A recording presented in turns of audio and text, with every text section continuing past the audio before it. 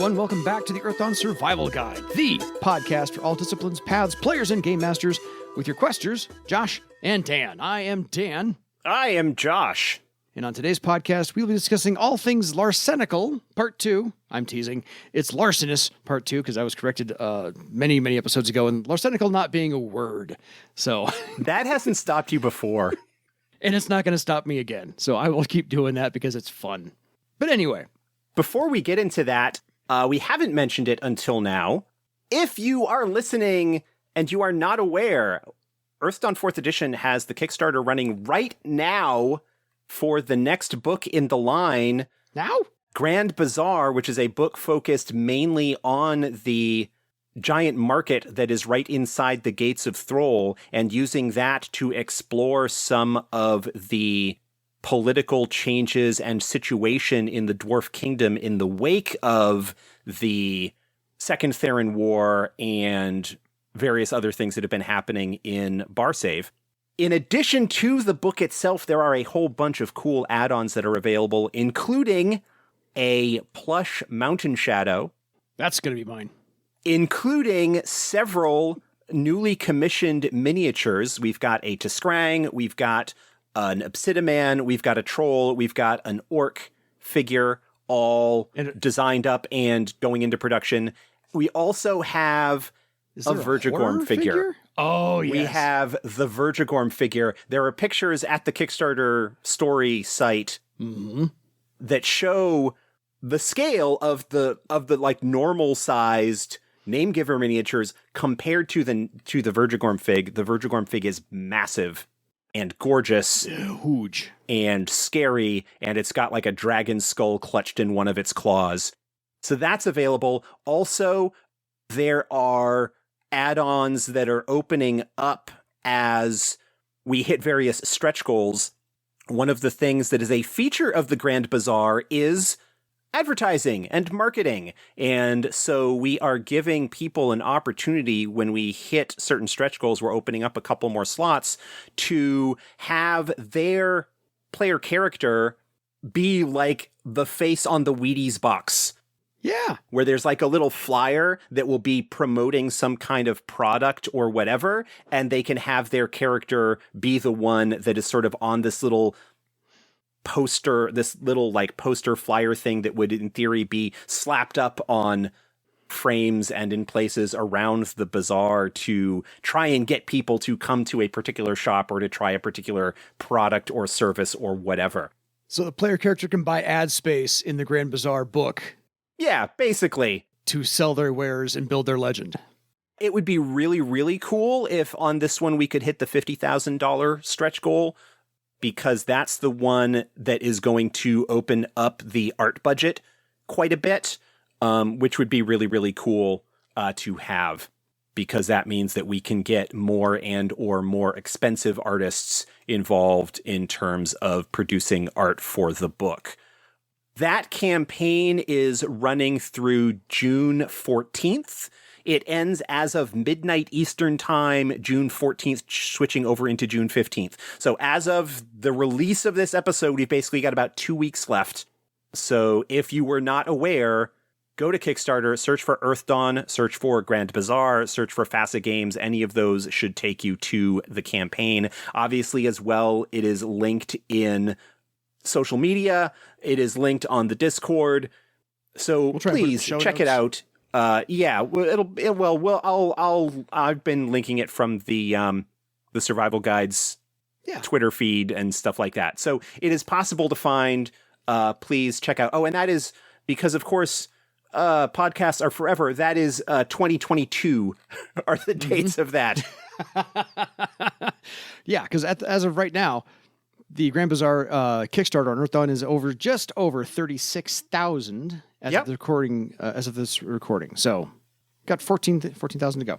Yeah, there aren't as many like reward tiers to pick from because we have so many books and stuff going on and whatnot. We basically have some fairly straightforward base levels, but because Kickstarter now allows people to do add-ons at the time of that they make their pledge, just about everything that we have made available before that is still in stock is available as add-ons. So you could buy, like, do just the book, but do the plush as an add-on or whatever.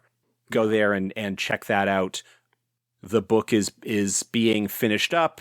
Vasgothia, just a quick update there. The pre-art backer draft went out to backers of that campaign a few weeks back. Art is coming in. And so as soon as we can get all of the art in and the full PDF layout done, that will be made available here as well. But the writing is done now. It's just a matter of finishing the production. Absolutely. So now that we've talked about the legitimately selling, let's go talk about rhyming and stealing. Nice. That's a good transition. You just came up with that too, didn't you? I so off the top of my head. It's one of those, I'm like, yeah, at this time of the morning, my brain's actually firing a little bit more on full cylinders than it does in the evening. Oh, yeah. We are actually recording here atypically. We're recording on a Monday instead of a Wednesday evening like we usually do. Yeah. Because when we went to record last time, my internet was garbage, and the video call that we do that allows us to sort of see and hear each other as we are recording on our individual machines was just not letting us.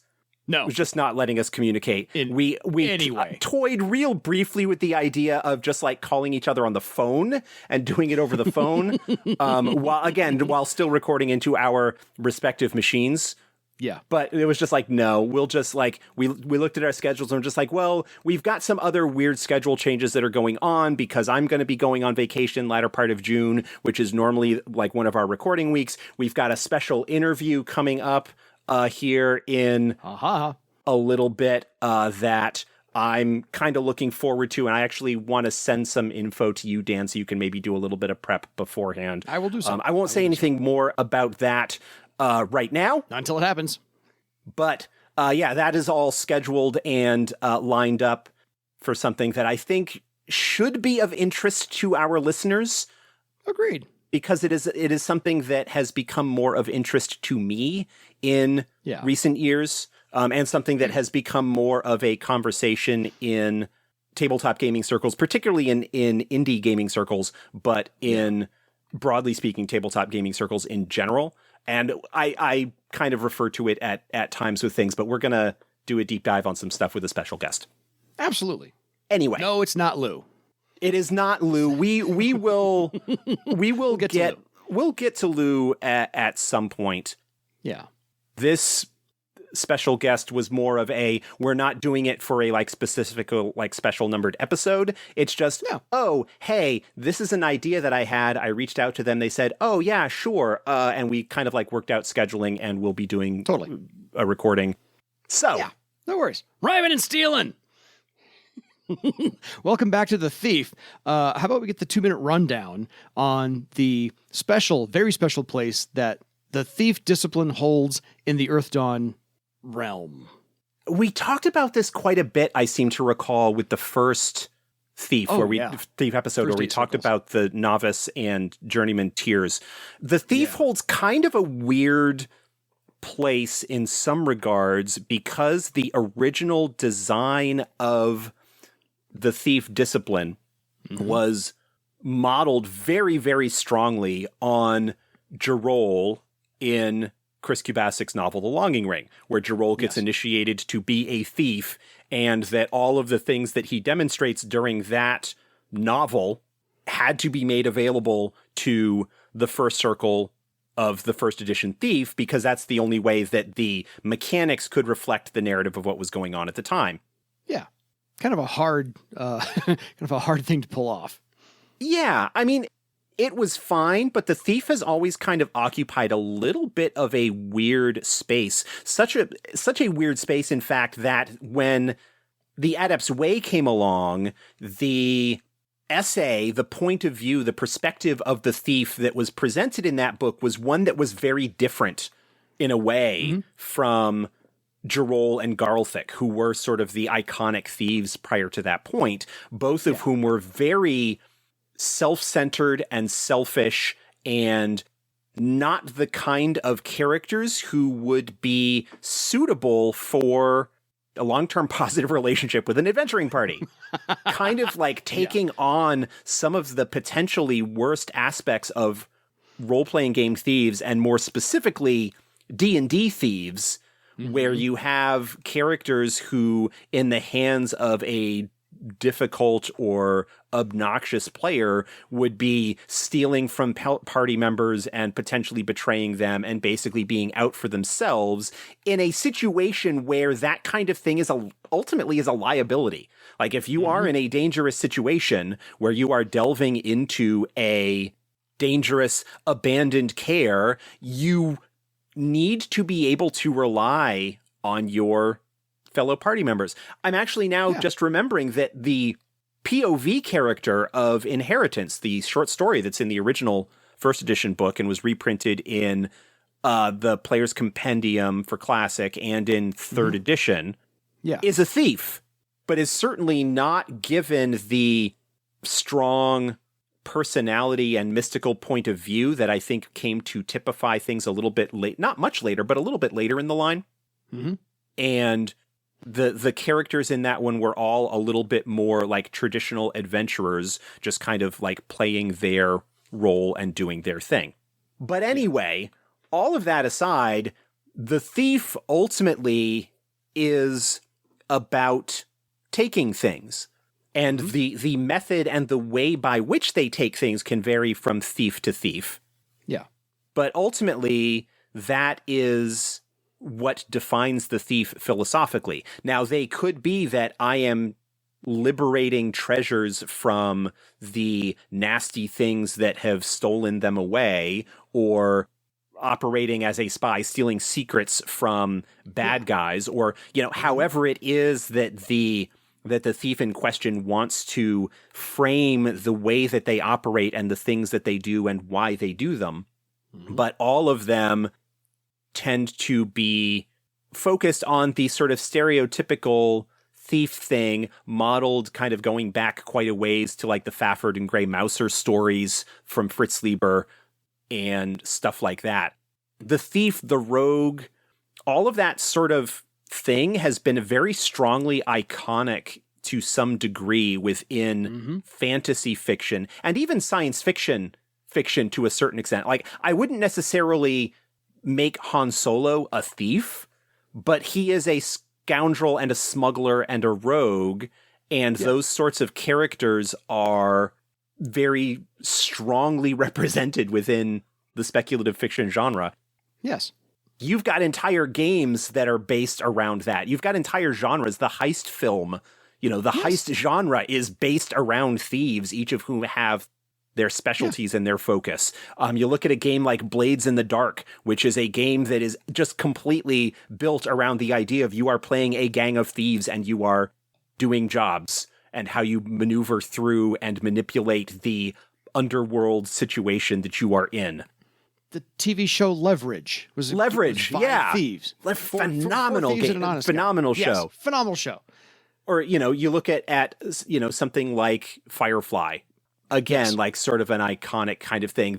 Like a lot of the ideas of rogues and bandits and whatnot, but heroic ones, usually underdogs standing up against the man and trying to undercut and do things. So it's a really strong archetype.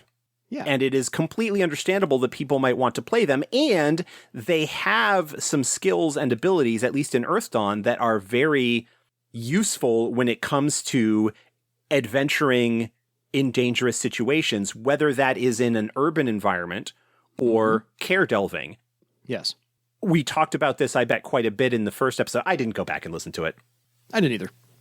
But I'm sure we talked about how the choices that are made in terms of what their discipline talents are and what their talent options are allow a few different approaches in terms of how you build your thief to suit the campaign style and the personal style that you might be wanting to express as a thief. Yeah. A lot of that groundwork has been laid at this point. Go back and listen to that previous episode if you want to be reminded. Episode 31.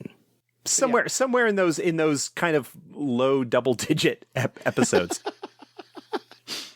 But we're going to be looking at the higher circle options here, the Warden and the Master, and look at how the abilities and stuff that they get either enhance those themes even more strongly, or perhaps allow them to branch out a little bit more and become more versatile in ways that their earlier circles wouldn't necessarily have allowed.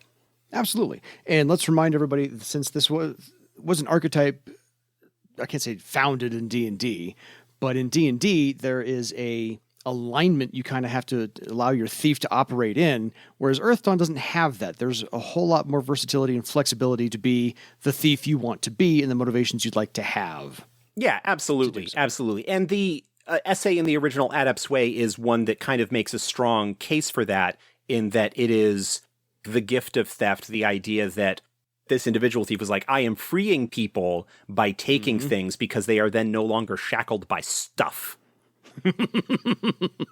and has some strong words for the selfish thief archetype that is typified by Garlthic in particular. I think Jarol kind of changed over the course of his life, but Garlthic, as we have discussed many times on this show, Garlthic is the iconic selfish thief, and ultimately, when push comes to shove, will choose himself over anything else. Totally. So at 9th circle, of the first beginning of the Warden tier for the thief, at 9th circle, everybody gets something fun, as I've said before, keep saying it again. The thief gets Shadow Sight, this wonderful ability. The thief no longer suffers any penalties due to visibility. This includes spells and other effects that impose these penalties, like ethereal darkness. In addition, the thief's Shadow Cloak grants them greater insight into the dark. And while Shadow Cloak is active, the thief adds a +3 bonus to awareness when darkness penalties would normally apply. This ability does not affect penalties brought about by blindness. I think actually, getting something thrown in your eyes. But other than that, they also get the ability to spend a point of karma now on recovery tests, and the discipline talent, Power Mask. Before we get to Power Mask, let's pop back onto that special ability. Totally. It refers to Shadow Cloak, which is the 5th circle special ability that thieves get. The discipline ability they get at Circle 5. Nice. It allows them, as a simple action for 2 strain, to increase the difficulty number for any tests made to detect them. It lasts for minutes, equal to the thief's threadweaving rank. This is something that pops off and makes them more difficult to detect. Yeah. Through whatever means that might be defined. So it like increases the difficulty, basically, like if you're using Stealthy Stride. Yeah. You might roll a 24, but if your Shadow Cloak is active, then it'll effectively be a 26 for people to spot you, like that sort of thing. So the Shadow Sight, continuing the themes of darkness and stealth that are part of the thief all the way around, even if you're sort of talking about a con man social type thief, there's still a sense of concealment and mystery and shadow and darkness that kind of plays around there. It's just more metaphorical than literal. But Shadow Sight allows the thief to get around the penalties that would affect them while they are operating within that shadowy, dark environment. In this case, literal as opposed to metaphorical. If they have their Shadow Cloak going at the same time, their ability to perceive and notice things is even more enhanced, and ethereal darkness is no longer a problem once you're a Warden tier thief. Yeah. The only things that actually would affect you are actual blindness. That is like stuff that is actually affecting their eyes in a way that would prevent them from seeing in general, not just darkness. Yeah. Cloth. Hooded, hoods, things like that. So if you're blindfolded. In terms of like cool, flavorful abilities, this stands up there with the Beastmaster ability. They get at a much lower circle, but the ability where knocking them down doesn't really affect them at all because standing back up is a free action that doesn't cost them anything. Yeah. Cat's Paw, I think is the name of it. But just like in terms of these are really, really cool abilities that get around a mechanical thing, but also are very in flavor. And then Power Mask, to talk about the discipline talent, plays even more into the concealment idea. Power Mask allows the thief to hide the fact that they are an adept. It increases the difficulty number or sets a difficulty number for anybody who is trying to sense what kind of powers or abilities they might have to hide those. Yeah. Masking the fact that, oh, I am a reasonably powerful adept. You can't tell that I am. So you do not have reason to suspect that I might actually be a thief. Which is a thief thing to do. Just saying. I love that idea that they just, no, I'm the one you can't tell. And that works for me. On to 10th circle, the thieves finally get the +2 to their social defense initial number. And they also get to get an additional recovery test per day, because it's finally about time they did so, because thieves are a little squishy on occasion. On occasion. Depends on your kind of thief. But the discipline talent they get here is also very new to the companion. Astral Pocket. This is cool. Yeah, this is cool. This has shown up with Wizard, I think. Yeah, we've talked about it before. It's a magical storage space that is in astral space and travels along with the adept. It is small. You can't keep a lot in it, but for a thief who might want to have items that are being concealed or who might have just stolen something and possibly be getting caught, they lifted the ring off of the ambassador's finger or whatever, they can drop it in the astral pocket so that when the guards go and search them, they still have it, but it is not actually on their person to be found. Exactly. It can't hold a lot. It can only hold small things, but whatever kind of necessary, small, beneficial stuff or accoutrements they might need to sneak past a checkpoint or to get out of something or whatever, can come in awfully handy. Oh, no kidding. It is a Warden option for the Wizard, but it is a discipline talent for the Thief. So there's the thing right there. 11th circle, the Thief gets the +1 to their Mystic defense from their original number. And they may now spend a point of karma on damage tests made against targets suffering a penalty to their physical defense. So, a little wrinkle in that. Yeah. Well, this would include, for example, somebody who is knocked down because they suffer a penalty to their physical defense while they are knocked down. Or making an aggressive attack. Yeah, somebody who might be doing an aggressive attack. Likewise, there are numerous talents available that might penalize somebody's physical defense because when you're talking about damage output, the thief's primary way of dealing additional damage is through surprise strike, which usually comes about through blindside or surprise or knockdown or something like that. This provides even more ways to kind of pump karma into that damage test. Totally. And at 11th circle, the discipline talent, the thieves get Chameleon. Yes, Chameleon is an enhancement to stealth. It doesn't require a test on its own. It is a little bit of illusion magic, so it would potentially be enhanced by things like false sight and whatnot. It just adds the rank in Chameleon to the difficulty for any tests made to avoid detection. So stacking even more potentially on top of what you could do with like Shadow Cloak and stuff like that. Also, it allows the adept to move at their normal speed as opposed to the lower speeds that are usually required for stealth type activities. Absolutely. And 12th circle, the last tier for Warden, the thief gets a +4 from the original number to the physical defense, replacing the +3 from earlier. And you also get a +2 now to your base initiative step. So not bad. Moving up in the world. And your discipline talent is new to the companion, Beguiling Blade. Yes. This is pretty interesting. Using a combination of stealth, illusion, and some sort of misdirection mind magic, they can conceal items. This is an add-on. It increases the result of any conceal object tests, and it allows them to use conceal object as a simple action instead of a standard action. Conceal object being a lower circle talent that is available to them, basically allowing them to stash something away, commonly used for like daggers and stuff like that, so that people don't notice it and that they can use it to bring it out to like do surprise for potentially a surprise strike or something like that. But also, again, any other potential object or thing that they might want to conceal in some fashion. It's just sort of an enhancement to that earlier ability. All good stuff. So we've covered 9th, 10th, 11th, and 12th circles. So you got 4 ranks here, 4 circles to get through for your Warden talents. But there are options. You, of course, get one of these at each circle, and there's a nice long list. So the ones that are new to the companion we'll get to in just a second or so, because some of these are catching up, as in other disciplines have done the same thing, catching up on some of these talents from earlier circles that they can finally get a hold of. Acrobatic defense for the thief, anticipate blow, astral sight, orbiting spy, which I think is so appropriate for the thief, resist taunt, tiger spring, the initiative booster, and wind catcher, which I think is unique for the space that the thief operates in. Wind catcher is kind of an odd take on that one. Yeah, all of these kind of make sense.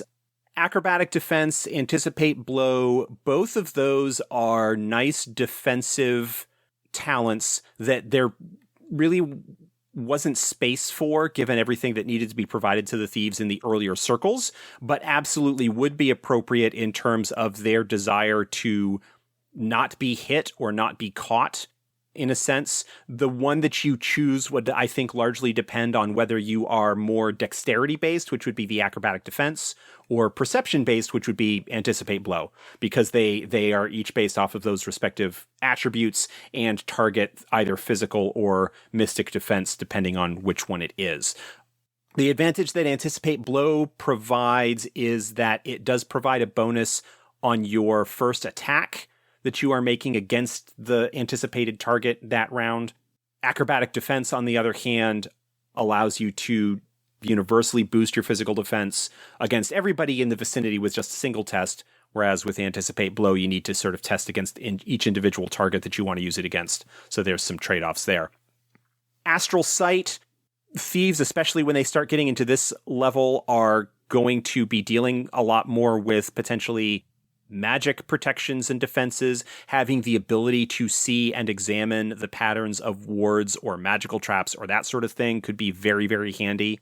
Orbiting spy, sometimes the thief does need to operate alone given their circumstances, but orbiting spy does give them the ability to have backup that is not a Namegiver. It basically summons a little spirit that kind of keeps an eye on things and will let you know if something that you are watching out for happens.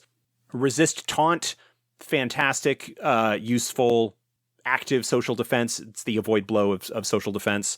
Tiger spring, initiative boosting is always useful, especially if you're, going into the anticipate blow route. But just being able to move even faster or act earlier in the round allows you to get out of situations that you might not want to be in. Wind catcher is a little bit unusual, but cool, because thieves are often operating, especially in urban environments, at heights, climbing walls, scaling rooftops, all of that sort of thing. And having a talent that can protect you from the potential downsides of failing one of those rolls, or being in a situation where you're being chased across a roof or whatever, and maybe just be able to, or be up on a, second or third story of a building and being able to just go out the window and, safely drift down to the ground where most direct pursuit would not be able to follow you, is really, really cool. And I'm kind of glad that's included in there. So those all sound fantastic for the thief, and we can get to the ones that are new to the companion now at the Warden talent options list. So starting off with those, Echolocation, which I think is very cool for the thief to get. Echolocation, like some of the other abilities we've talked about, is an enhancement.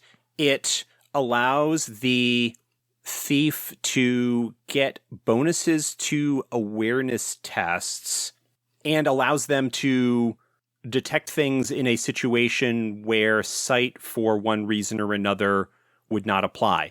This is not necessarily super useful, given the thief's ability to ignore all darkness penalties that they get at Ninth Circle, but there are situations where blindness might still apply, like if they are actually blindfolded or have suffered some damage to their eyes or something like that. But they can use this to enhance their ability to notice and track things within their environment. Yeah, or if something else is invisible, they can at least bounce the sound off of it. Know where it is. It's kind of like a Daredevil thing. Yeah. Who knows? Second up is Escape Plan. I think this one's new. We've not talked about this yet at all. No, it hasn't. This is a cool one. If The adept is imprisoned or trapped. They essentially use magic to determine the best way out of their current predicament. They need to meditate uninterrupted for 30 minutes. Then they make a test, the difficulty of which is a base 6 modified by a bunch of potential issues. And the number of successes determine how successful they are at the magic sort of helping them determine a way out.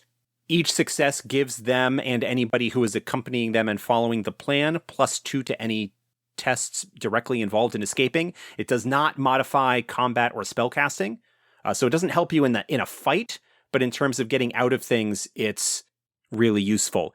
Yeah, this is just like, I magically am coming up with a plan to break out of jail or break out of this other situation that we might be in. Totally. It's not good for like a collapsed room and it's filling up with water and you're going to drown. So, because you have to meditate for 30 minutes, you don't have time for that. But if you have time for it, escape plan is fantastic. Well, yeah. If you have the time to let the magic work, it is really, really useful. In a time pressure situation, it is not going to do you any good whatsoever. Fair enough. And the last one on the list, because a lot of disciplines are getting this one lately that we've talked about, perfect focus for the thief. This increases the adept's ability to perform sustained actions. It synergizes really, really well with escape plan because escape plan is a sustained action. So it would allow the adept to gain bonuses to that escape plan test. Mm-hmm. There is not as much stuff that the thief gets in terms of sustained actions that this might be applicable to. But obviously, forgery, any kind of sort of like craft related test where the thief might be making something. I don't remember whether disguise is a sustained test or not. Not disguise self, which is the magical thing that I think some thieves get, but the actual disguise skill. Disguise is a sustained action. So if you are using a more mundane disguise approach to things, then perfect focus could conceivably work on that. Because the thing that you are targeting with perfect focus does not itself need to be magical. It just gives you a magical boost to anything that is sustained. Fair enough. On to 13th Circle, because the Warden talents and Warden talent options are all very cool for the thief to pick up. In the 13th Circle, each discipline gets their own wonderful thing as well. This one is even cooler, I think, than Shadow Sight. This is Shadow Meld. And the Thief's Shadow Cloak allows for unparalleled stealth now. They take 4 strain and make a thread weaving test at a target number of 6. And at 13th Circle, you should be having some serious dice on this one. If successful, you meld with your Shadow Cloak for 1 hour, becoming a 2-dimensional silhouette that can easily slip through any cracks light could spill through. Each success on the test grants you a +2 bonus to physical and mystic defense, as well as any action test to escape notice. While in this form, you cannot interact with anything physical, because you're 2-dimensional, and talents that provide their own tools, like lockpicking, may be used at Game Master discretion, and you can end the effect at any time you wish. It doesn't have to last for the full duration. So, this one's cool. You become 2-dimensional and can slip through everything. Yeah. Like a cartoon character. If you're familiar with Earthdawn lore, there is a horror/horror construct called the Slipshade, which has a very similar ability to sort of temporarily shift into a 2-dimensional form that you can't really interact with at all. This allows the thief to slip under the crack of a door to get into a room. This allows all sorts of potentially cool stuff, in addition to what will probably be hefty bonuses to physical and mystic defense, as well as your ability to not be noticed. This is just amazing and sort of the pinnacle of the progression that you have from Shadow Cloak to Shadow Sight to Shadow Meld. Yeah. It's just a really nice sort of continuation of the stealth and darkness themes that the thief is really entwined with. Chef's kiss. Beautiful stuff. For defense, the thief finally gets a +3 to their social defense from the original number, and the karma step at 13th Circle increases from a D6 to a D8. I always get that one wrong. And the thief gets a +1 to their mystic armor. All very cool things. Because it's 13th circle, we're just kind of loading you up here on the thief. But your discipline talent is Impossible Hide. This one's great. This does two things. One, at its base level, it provides a bonus to stealthy stride tests. The second thing that it does is that it allows the adept to hide behind anything, even if normally they would not be able to hide behind it. So, you can hide behind a vase. Like, if there's a lamppost, you could pull the cartoon character thing of where you, like, sneak behind the lamppost, and even though you are wider than this thing, the magic is sort of concealing you to the point that as long as you are not successfully detected, they just don't notice you. Like, you could hide behind a small rock, and they don't notice you unless they move or otherwise interact with the object that you are hiding behind, in which case you sort of bloop, appear out of nowhere, gaining surprise, and you can, as long as you can continue to pay the strain to maintain it, it lasts until you decide to end it or you're discovered. Yeah, that one's just going to be very, very cool. So at 14th circle, the thief finally gets their last +5 to their original physical defense, and they get their second additional recovery test per day. So that's kind of where you're going to stop on that one. But still, 2 more is not bad. And your discipline talent at 14th circle is called Snatch Talent.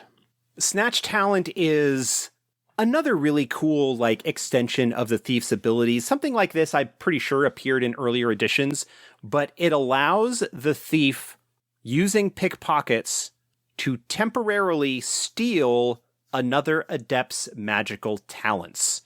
Using this, they test against the target. They can either target a specific talent if they're aware of it, or go for something at random. They can only steal talents with a rank equal to or lower than their Snatch Talent rank, and they can't have Snatch Talent higher than their pickpockets. But considering pickpockets is a low circle talent, that's probably going to be pretty high to begin with. Yeah. Basically, you steal it from the target for 1 round per success. It doesn't allow the thief to actually use the ability in question on its own, but basically it takes that ability away from the target for as long as the effect that is in place.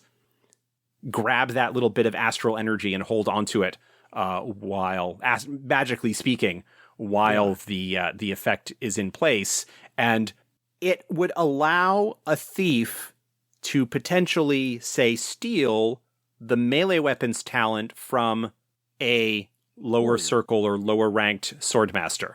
Yeah. Removing their ability to effectively fight with a sword for a few rounds, or to steal the spell casting from a magician, or claw shape from a beastmaster. Steal the emotion song from a troubadour. Yeah. And I mean, when the duration expires, it immediately returns to the target. But yeah. Yeah, I'm going to take that pretty so you cool. can't use it. There you go.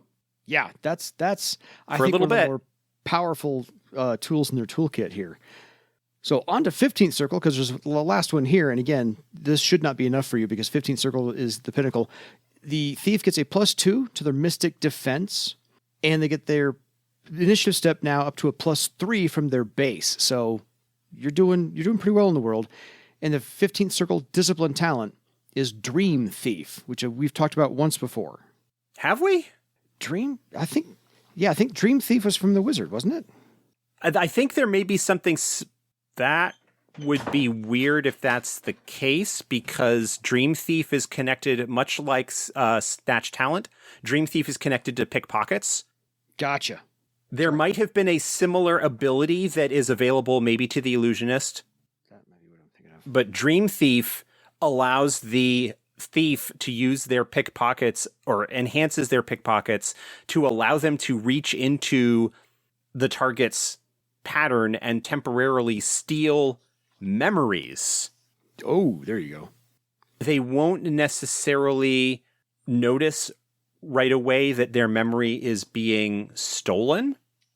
It can affect talents, it can affect spells, it can kind of affect mundane skills. It imposes a penalty to people's abilities to use skills if it's specifically targeted. But yeah, it just allows people to have their memories messed with Similar to Snatch Talent, the memory does return when the duration ends.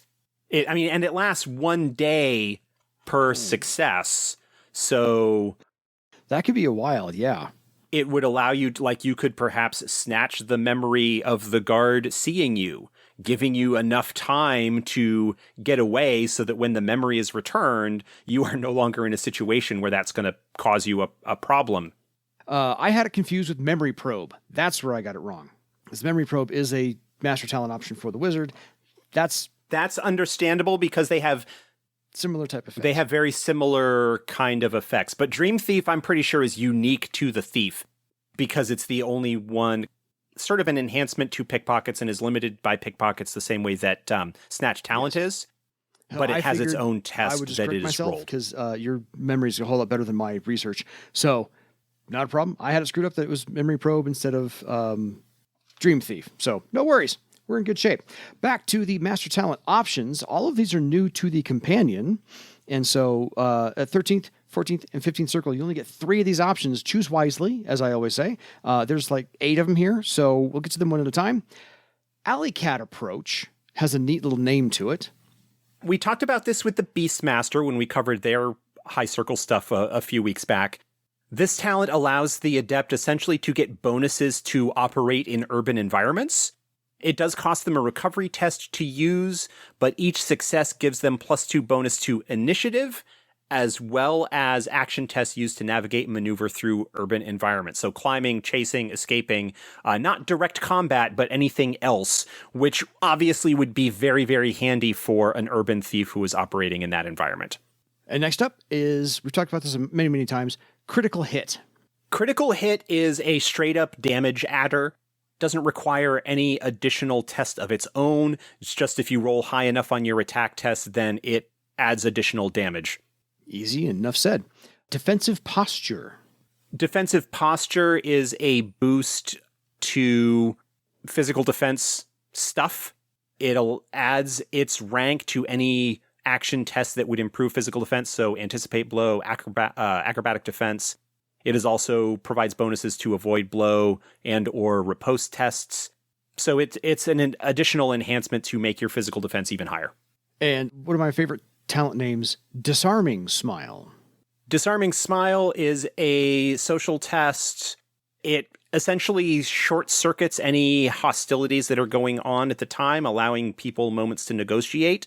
It either allows the adept to actually negotiate or to have a few moments to plan their escape, and it provides a bonus to graceful exit, which could come in very handy for the thief if they are trying to get out of a awkward situation. Very cool. And I've always thought that the thief should have this one, and I'm glad that they do as an optional talent, Fluid Movement, because there's grace in sneaking around. Yeah, Fluid Movement is nice. We talked about this. It increases the character's base movement rate. It also allows them to split movement and attack multiple targets without any kind of penalty.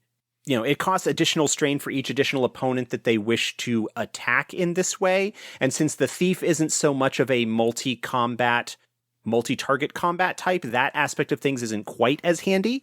But the movement rate increase and the ability to split movement without penalty is pretty nice, because you could conceivably move in to take advantage of a surprise strike option and move away without imposing penalties to what you're trying to do. Agreed. Very cool stuff. 3 to go. We have Netherwalk. Netherwalk deals really strangely in a way with the movement and infiltration abilities that are kind of the theme of the thief. It's dangerous. The adept, because this isn't exclusive to thieves, but the adept opens a temporary portal into astral space to enter it, and then can use it to cross through astral space instead of crossing through physical space. Yeah, they could use it in theory to walk through a wall, depending on what's going on, or to get across some kind of obstacle. It's sort of a very dangerous, not quite teleport, but it's the closest thing to that sort of exists within adept magic. Very cool. I like it. Dangerous, like you said, but I like it. And the ever prevalent, ever something better to choose from, but it's still going to be there. Second Chance, which our thoughts are well known on. Yeah, Second Chance. Everybody gets this. And the last talent of the Master Talent options, Spirit Strike, which is just cool for thieves to use. Yeah, Spirit Strike is the one that allows the adept to target someone's mystic defense to hit them. They are making a physical attack, but they are making it magically. It also allows the adept to potentially disrupt spell matrices or something like that. The thief doesn't really get any way of detecting matrices, but the ability to attack mystic defense instead of physical defense does allow them potentially get around high defenses that somebody might have in terms of protecting from a knife in the back. All very cool stuff. I liked the build out for the thief in the first half. I like him even more in the second half of all the disciplines and the talents and things. I think this has come together very, very nicely for a nice archetype for a thief in comparison to all the other games you could possibly play a thief in. Yeah, you still get with the thief some of the options if you're looking to make a sort of striker combat high damage thief. You've got some options that are going to mix things up. You know, the defensive talents like Acrobatic Strike or Anticipate Blow, Critical Hit, Spirit Strike, things like that can come in very handy if that's what you're looking for in that regard. If you're looking for more of an infiltrator, scout, breaking and entering, B&E specialist kind of thing, you've got Astral Sight, Escape Plan, Wind Catcher. Your cat burglar stuff. Disarming Smile, Fluid Movement. Yeah. Alley Cat Approach is probably super handy for one of those. And then you've just got some other really neat little like flavorful sort of things that might come in handy. But there are some places where some gaps might get filled in a little bit. But all of these, I'm sure, depending on the approach that you have with your thief, you can either find tools that will make them even better at that, or possibly, if you want to diversify a little bit, giving yourself some abilities that allow you to take different approaches than you might have had in your earlier circles, making you sort of more broadly effective going wide and maybe a little bit shallower, as opposed to really deep and focused in one particular approach. Yeah.